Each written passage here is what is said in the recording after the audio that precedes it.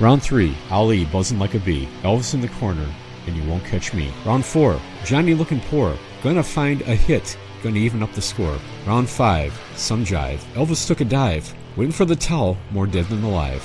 King Rocker, King Kong. What's this? Billy Idol proclaiming himself bigger than Elvis? Well, we know he has the last name of Idol. In his much younger, less successful period, before he became a pretty big rock and roll royalty star back in the 80s, he ruled the 80s without a doubt. He was king of punk pop.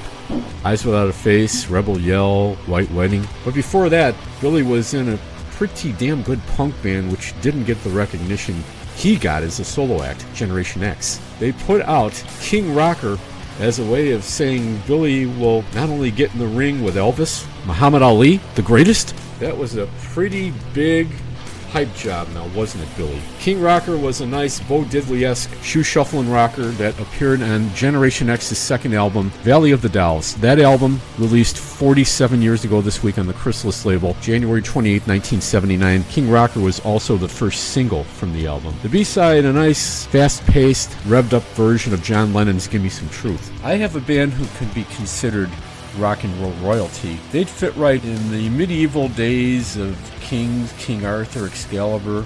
Their music's very symphonic, but it's also very modern. Avernus. I mispronounced their name when I played a couple of tracks from them to get you ready to see them at Macabre's Holiday of Horror last month at Reggie's. It's Avernus, not Avernus. This symphonic rock band certainly is quite unique. The vocal style is mostly modern, grunting, unclean, hardcore metal. It's a definite contrast from the music itself, which is very majestic, symphonic, progressive, and long, extensive. Hardly any song from Avernus under 5 minutes in length. A lot of them are 9 and 10, even 12 minutes long. And at one time, about 3 years after they first formed in 1993, that's right, they've been together slightly over 33 years, Avernus was thinking of adding tubas to their mostly crunchy metal sound. Avernus longtime guitarist and co-founding member Erik Kikke will be joining me in just a few moments to talk about their unique blend of sound and how they have stayed fresh even with plenty of musical changes throughout their 34-year history.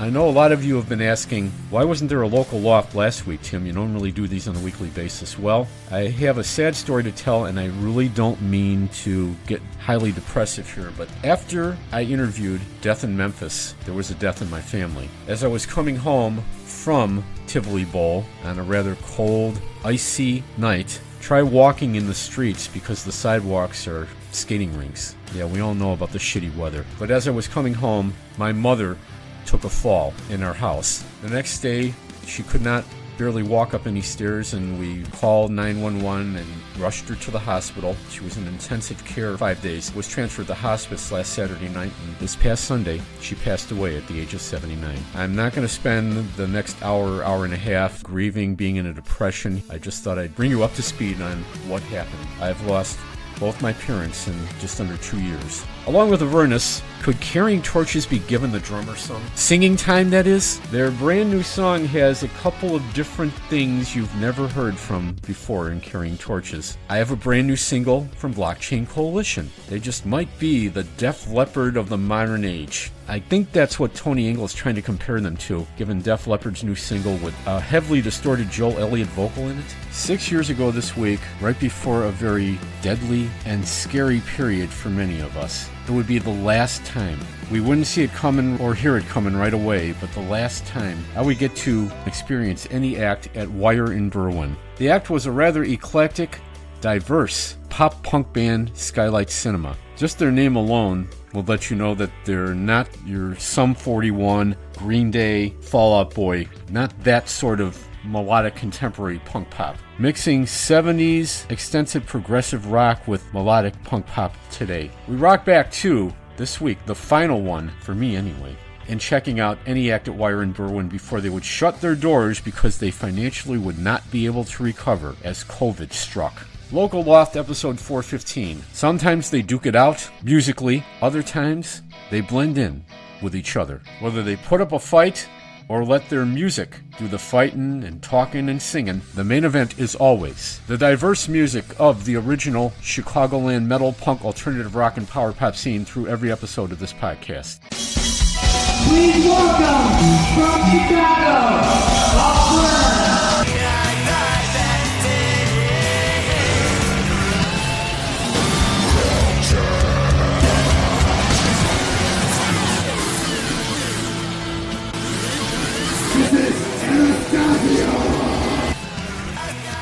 Chicago doom metal's best kept secret? I would say so. For almost 34 years, Avernus. I mispronounced their name wrong the last time when I got you guys ready to check them out at Macabre's Holiday of Horror last month, but it's not Avernus, it's Avernus. I have Erik, he's been a co-founder of the band, and you've been in and out of the band with so many different lineups, Erik, but we're talking your history here with this band, and the band itself goes back to, I'll say these words, and some may recognize it, some not. Thirsty Whale. On River Road towards Rosemont, you're bound to find a BP Amico station near the Gene and Jude's Hot Dogs. But back in 1996, Avernus was one of the bands playing there along with Trouble, the late, great Eric Wagner.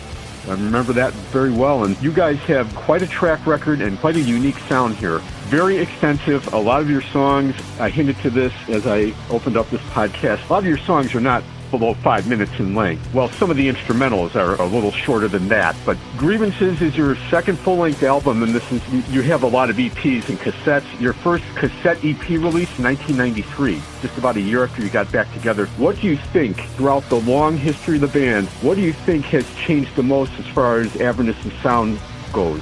Is it the guitar sound? Rick McCoy's vocal? That's pretty much been consistent. The grunting, unclean vocal, that's a distinctive characteristic of your music. What do you think musically has changed over the course of time for Avernus? You know, it's a good question. I'm going to venture to say a lot of, like any band, you get older, you get a little more mature. I jokingly have said this to people where instead of being a group of pissed off teenagers, we're just a bunch of pissed off older guys. Same heart, same spirit, I would think. It's funny because getting in a room with these guys after all those years, same jokes, same ribbing, same attitude. Most of us haven't changed much, maybe a little more grown up. I think we are a little more focused on what we're doing instead of, before it took a long time to put a song together. We would just sit there for hours in a live room because we didn't have much in the way of capturing these things on, like, let's say Pro Tools or Ableton or something like on a laptop or something where you can actually really sit down and everyone can sit in their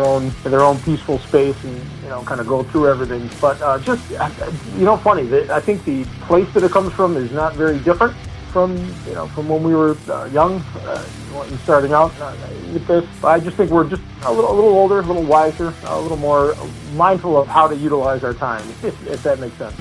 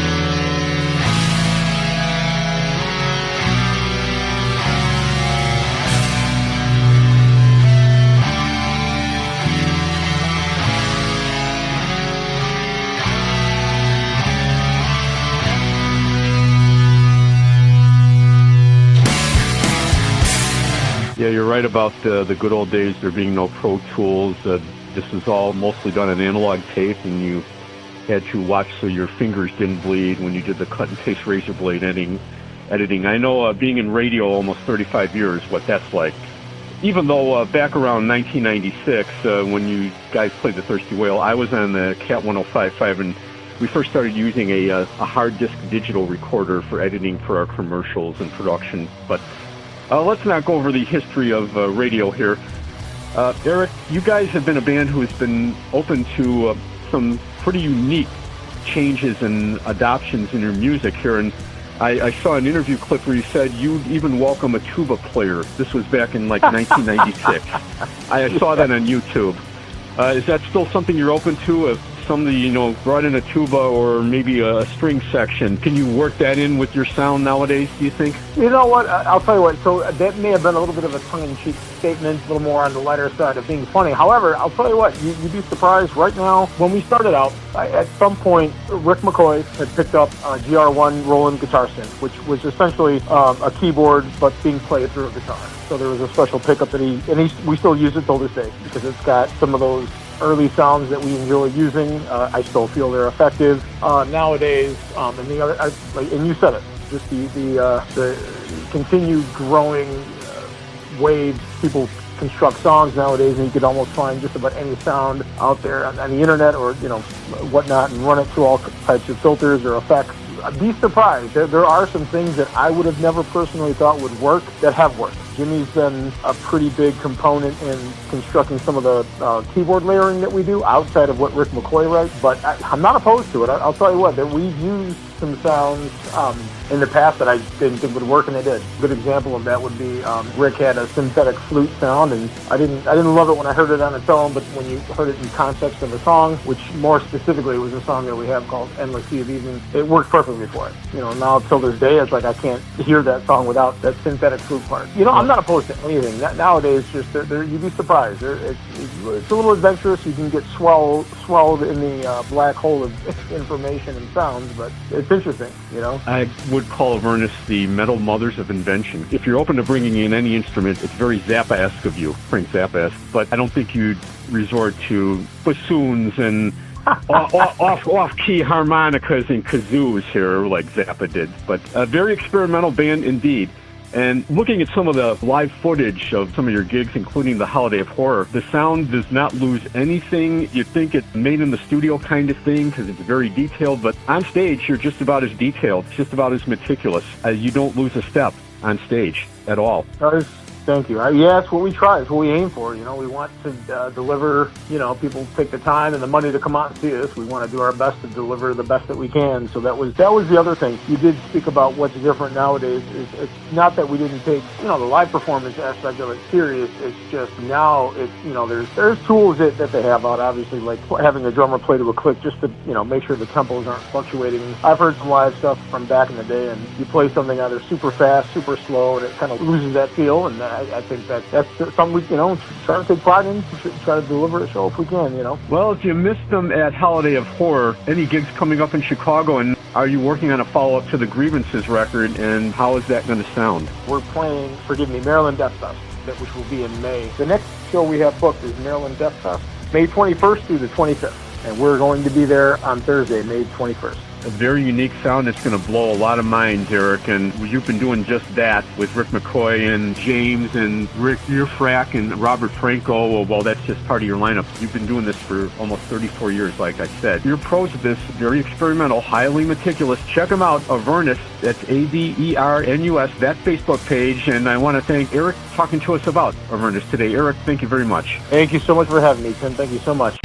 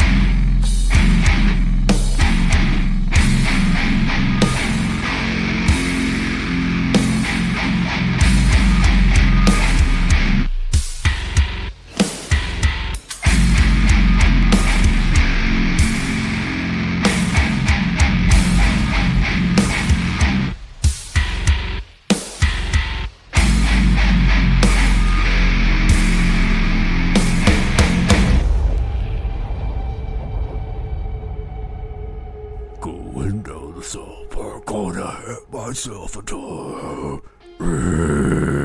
Ample parking day and night, people spouting howdy neighbor. I didn't think I was going to get through that without coughing. I'm not a professional grunting hardcore metal singer. So why am I trying to do a shitty imitation of the South Park theme? The band you just heard from, a new hardcore metal blazing act out of Joliet, Subsist. They actually do a cover of Primus, who does the South Park theme. They don't cover the South Park theme song. My Name is Mud, one of the more familiar songs, Les Claypool and Company. And they actually try and get Les's thundering bass line down, and that's close to impossible for anybody but Les to do. And Metallica took a pass on him after Cliff Burton? Really? We heard a couple of originals there from Subsist. A Broken Will Makes the Best Slaves. It's the third out of 3 tracks on the debut EP, A Cleansing. And yes, you can find their cover of My Name is Mud in there too. They join Next to Eternity, Rockford's Reckless Redemption, Beneath the Hollow, and Beheading the Icon for a local music showcase show Saturday, February 21st at the Forge in Joliet. You can go to Subsist, that's spelled S-U-B-C-Y-S-T, their Facebook, for more details. I mentioned Rockford and Reckless Redemption. I wouldn't go so far to say Carrying Torches, Kankakee's best alternative rock band, is heading towards sounding a lot like that legendary rock band who put Rockford on the map. But their latest single is certainly a nice little jangly guitar-laced power pop affair. And for the first time since I've been following Carrying Torches anyway, they give the drummer some, as James Brown would say. John Paul Gray gets a lead vocal. He's never sang before, and I kept looking back at all of Carrying Torches' releases since their debut back in 2018. This is indeed a first. Sort of like Cheap Trick giving bassist Tom Peterson a vocal slot, and they did it 5 albums in with Dream Police and I Know What I Want on side 2. Just a comparison there. I would say John Paul has a little bit of a Tom Peterson-ish nasal quality to his vocal. But again, I'm not comparing Carrying Torches to Cheap Trick by any means. We're talking 2 entirely different bands here sound-wise. Their new standalone single dropped yesterday on all streaming platforms. They were to play it live tonight at the Four Spry Tavern in Moments, about a good half an hour southwest of Kankakee. But that's not going to happen due to the shitty, snowy, barbarically colder than a witch's tit weather out there. Check Carrying Torches' Facebook page as to when it will be rescheduled, and you can check this out now. Gone. Drummer John Paul Gray on lead vocals, Carrying Torches, brand new on Local Loft. We're from all over this county. Got some Cliftons, we got some Bradleys, we got some Bourbonnais, got some Kankakees. We made small talk.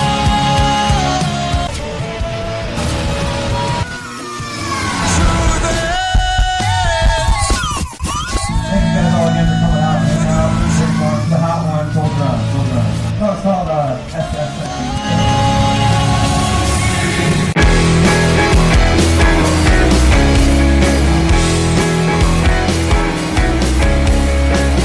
Till death do us part. Fuck that, I'll find you in hell. If we make it that far, I've got my stories to tell.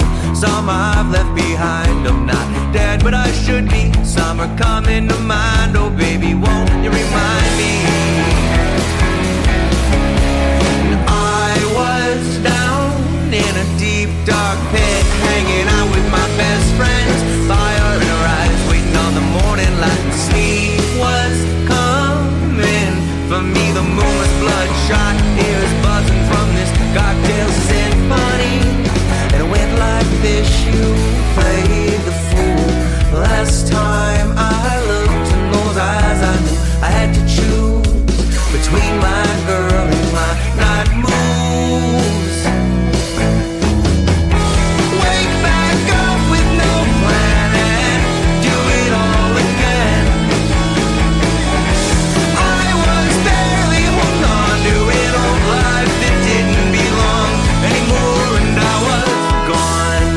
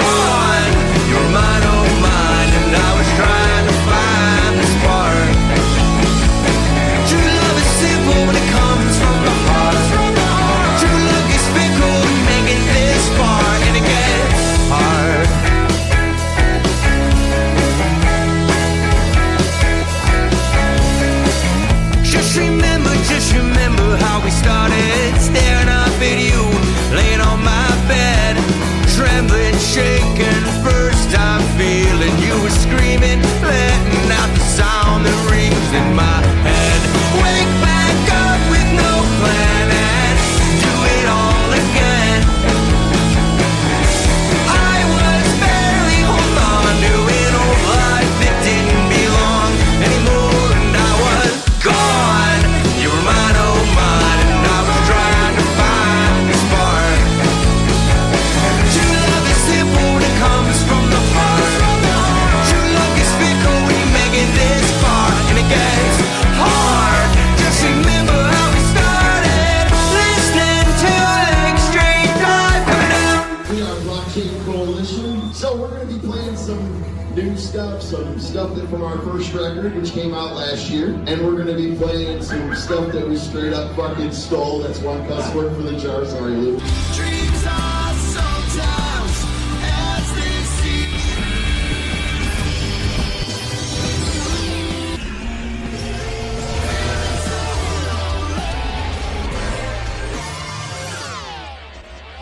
Hey, it's Blockchain Coalition, and you're listening to Tim Lamping on Local Loft.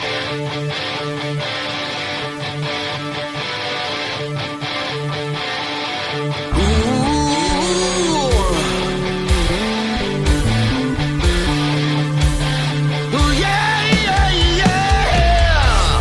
We started out, the sun comes up, this fire is feeling like it's rolling, and your smile has got me going. Now the wind is under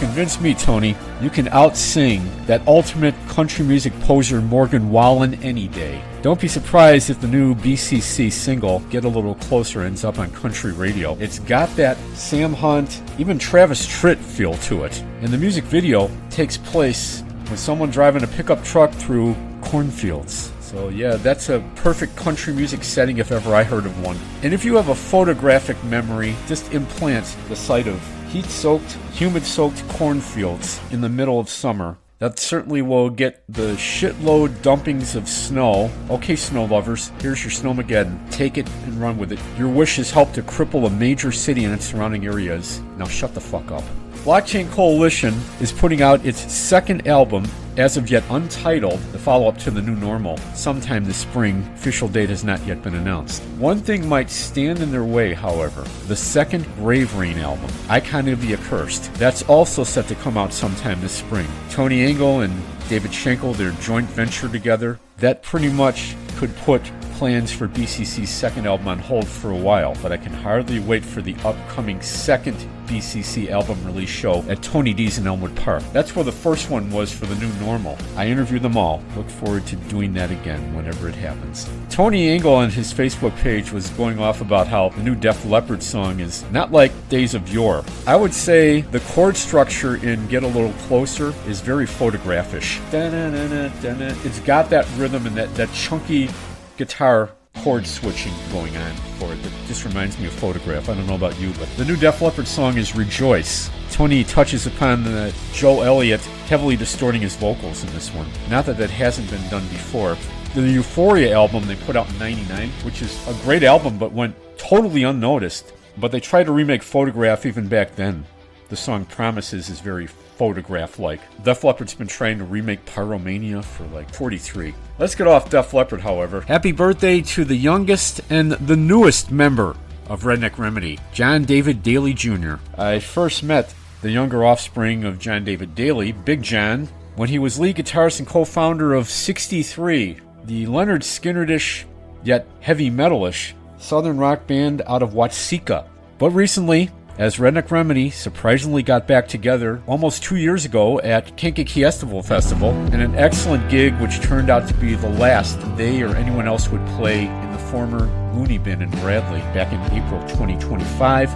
Well, John certainly has learned a lot from Proud Papa. So before I delve into Redneck Remedy, and I'm going to replay you a bit of that last gig from Looney Bin as we help John David Daly Jr. celebrate his birthday from Proud Papa John David Daly. Quite countrified and quite soulful at the same time. It's a nice mixture of gospel and country. Somewhere on the other side, John David Daly on Local Loft. Mama was a hard-working woman. Daddy was a drunk and a liar. Wasn't much left after Daddy spent his paychecks in a bar. And I was raised up on a Bible. Mama tried to light the way. Then I got caught with the preacher's daughter in the back of a Chevrolet.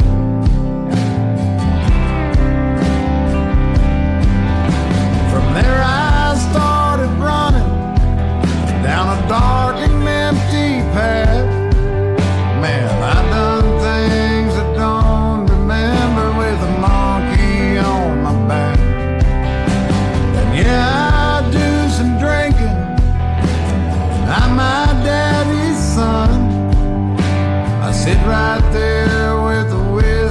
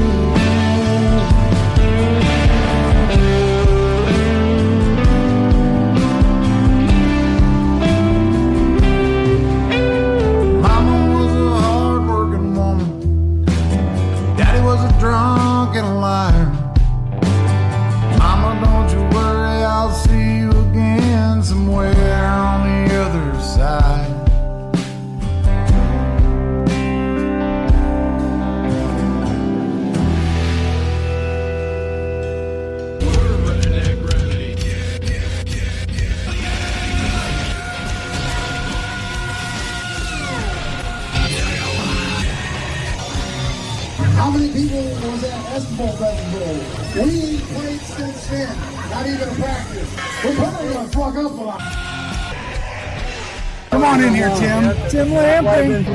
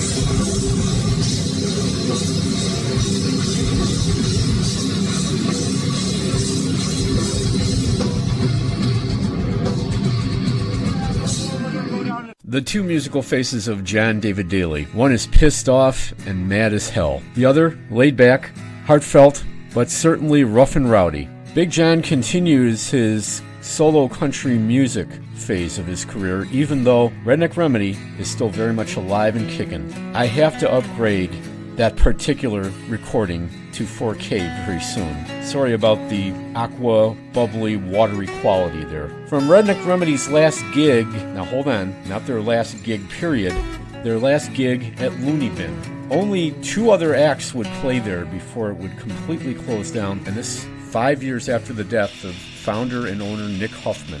Face of Madness certainly will appear on a second Redneck Remedy full-length album when they get around to releasing it. Now with John's offspring, John David Daly Jr. in the band, it certainly feels like a family affair. But it was a family to begin with. A family and a brotherhood between Big John, Chris Pancho Cerullo, John Tiny Mullican, and Nick Steele. In that southern rock vein, most certainly, you can call them southern fried metal if you want, but they're more of an angry, aggressive punk nature, Tractor Boy. Just like we had Redneck Remedy live in our studio back almost 15 years ago, Tractor Boy is taking to the radio airwaves a live broadcast, the Wizard WZRD 88.3 FM, this coming Thursday, January 29th, Chicago's North Side. And I'm quite sure you'll hear this one live. A stern warning as to why you should be careful if you travel downstate, especially if it's in a tour bus and you have a gig attached. I've gotten plenty of requests since I spun it on local Loft 414 just about 3 weeks ago. It is part of Tractor Boy's second EP, Midwest Loud, which will be released later this spring. Carnage and Rantoul on local Loft. You guys are like-minded and they are just a power bomb. Ladies and gentlemen, this is Tractor Boy. Your uncle was right!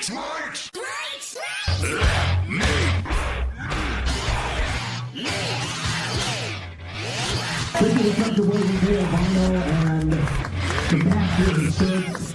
Here's to the Coffee Mountain, here's to the bar. Mike is still one gun. No. It might be the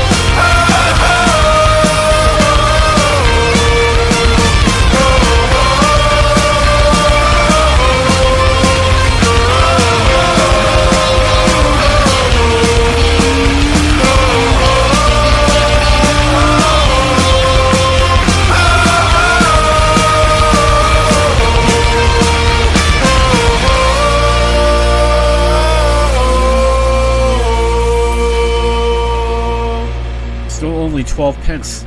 Extra, extra, read all about it. We're gonna burn it. It was a little more than 12 pence, but the admission was certainly worth it. And unlike the crabby, riotous paperboy in Better Off Dead, anybody a big John Cusack fan around here? He didn't keep harassing him for $2. It was $15 to get in, and Matt Dorica gladly accepted your generous cover charge into the show. Paperboy Riot, a rambunctious, full of piss and vinegar group of youngins in their late teenage to early 20-year bracket, was the last of 5 bands to play the first punk rock taco show of 2026, Semitas Poblanis in Villa Park. You certainly pogoed and got the body heat back up to speed if you were out freezing your whatevers off in the dangerously frigid cold Friday night. Joke is the new single from Paperboy Riot. They have such a Blitzkrieg Bop Ramones streak in them. After all, Jeffrey Hyman and his cohorts, they started out in their teenage years too. Joey Ramone, that's his real name. Joke is part of Paperboy Riot's debut EP. It will be out later next month. It's currently streaming on Spotify and all streaming platforms. For more, you can go to Paperboy Riot.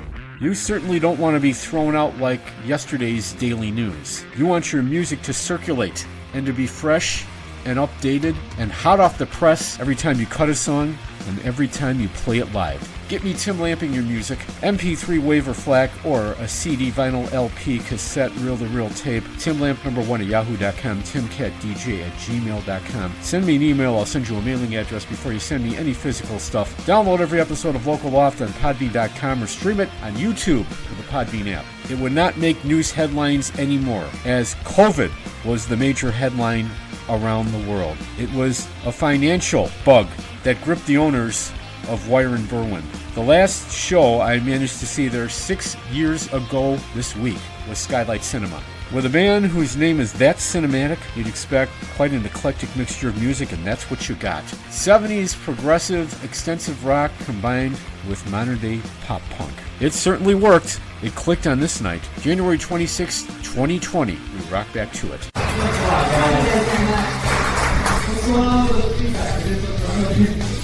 Skylight Cinema. General area, Chicago, Oak Park. Thanks for coming out again. We're going to play some more songs today. Got the EP coming out, so let's do some time there.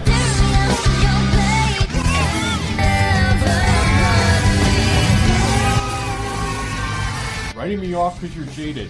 Tell me you found a replacement. Looking for ways to escape this, but I'm getting used to how things are. Those are lyrics that stick out in one of the 2 songs, which are teaser songs from the upcoming Skylight Cinema EP. And that will be out. It's called Get It Together, by the way. They're actually having a release show to get it out to the public. It's coming up on February 12th at Subterranean in the downstairs area of it, by the way, in Chicago. What really sticks out besides the lyrics, which are hard-hitting and very direct, I would say, the incredible harmonies, the vocal harmonies, which are in perfect sync between Isa Martinez, who is one of their singers and guitarists, and Alex Primiger, their other. Would you agree about this? Because Isa and Alex, when I just heard you play live now, and between that and what you do in the studio, your harmonies are just in sync with each other. I mean, you never miss a spot. Let me just ask you, did that take a long time to get the vocal harmonies in sync between the two of you? Yeah, a little, yes and no. A little bit. Probably not as long as you think. I think it helps that we are dated. So it's like they're all engaged. Now we're engaged. It helps that we have that connection, and so it was very easy for us to kind of just start singing together, and it just worked. And like the very first time we ever sang together, everyone was like, wow, your voices just like make sense together. They just sound really good. Yeah, we both really have a thing for like harmonies. Yeah. And we've always loved singing along harmonies to music that we listen to in the car whenever we sing together along to our favorite music, like just driving and stuff. Yeah.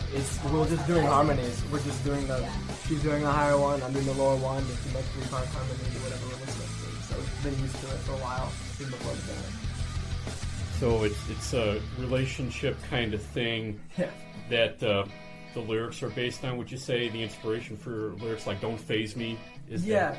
Yeah. That's. I mean, not our relationship in that case. That's kind of.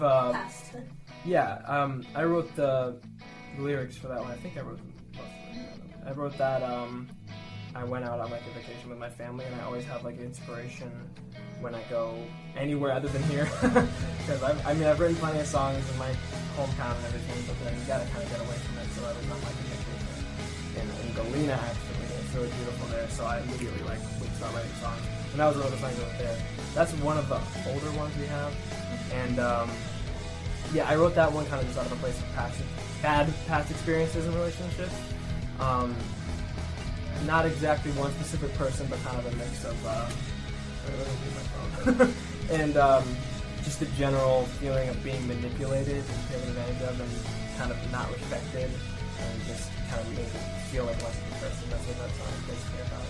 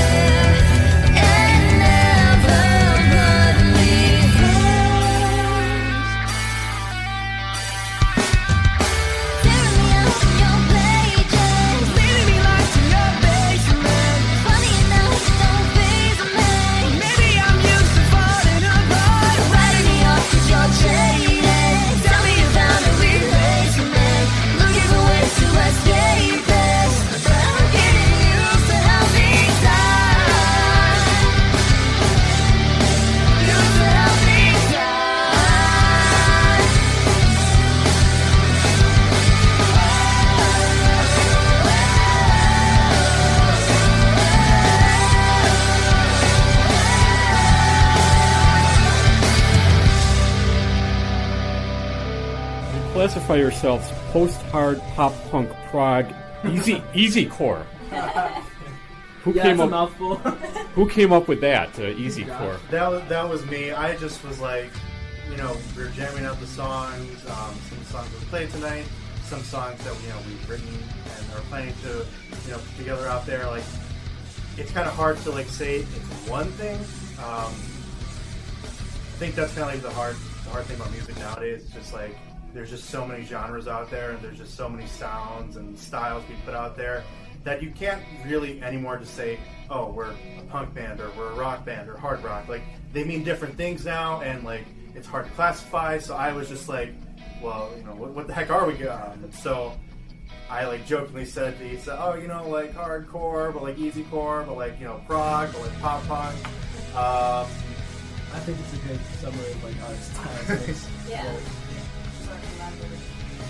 But we don't want to label. I know everyone says that, but we don't want to have one genre that, you know, defines.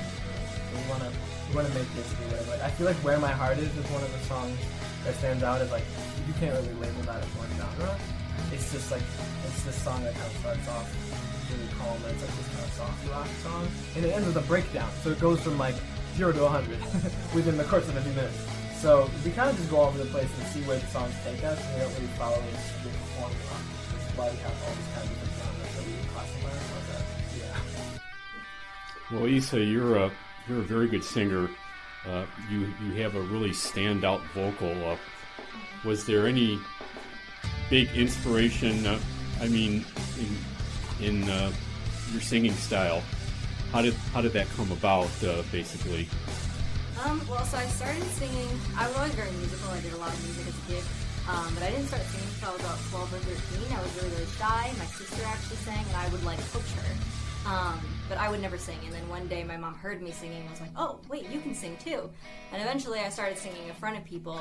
I grew up with a lot of Nora Jones, and so I feel like that's where some of that comes from. And a lot of people have told me that my voice kind of resembles some of her stuff. But other than that, I don't know if there's a specific inspiration. It was just kind of like whatever came out of me. That was just my voice, and I went with it. Well, you got the total package here: the harmonies, Issa's lead singing, and the instrument. I mean, the music too. It's tight all around. You're very detailed. Good luck with the upcoming release show at Subterranean. That's a Wednesday. That's during the week, folks. Wednesday, February 12th. But hey, skip work if you must, because this is a pretty important release you've got coming up for a debut, and it's very solid. Thank you very much. Thank you very much. You can check the two songs, Don't Faze Me, two teaser songs actually, on Bandcamp, skylightcinema.bandcamp.com, and also check out their Facebook page for more about the upcoming release. Thanks a lot, guys. Thank you. Thank you very much.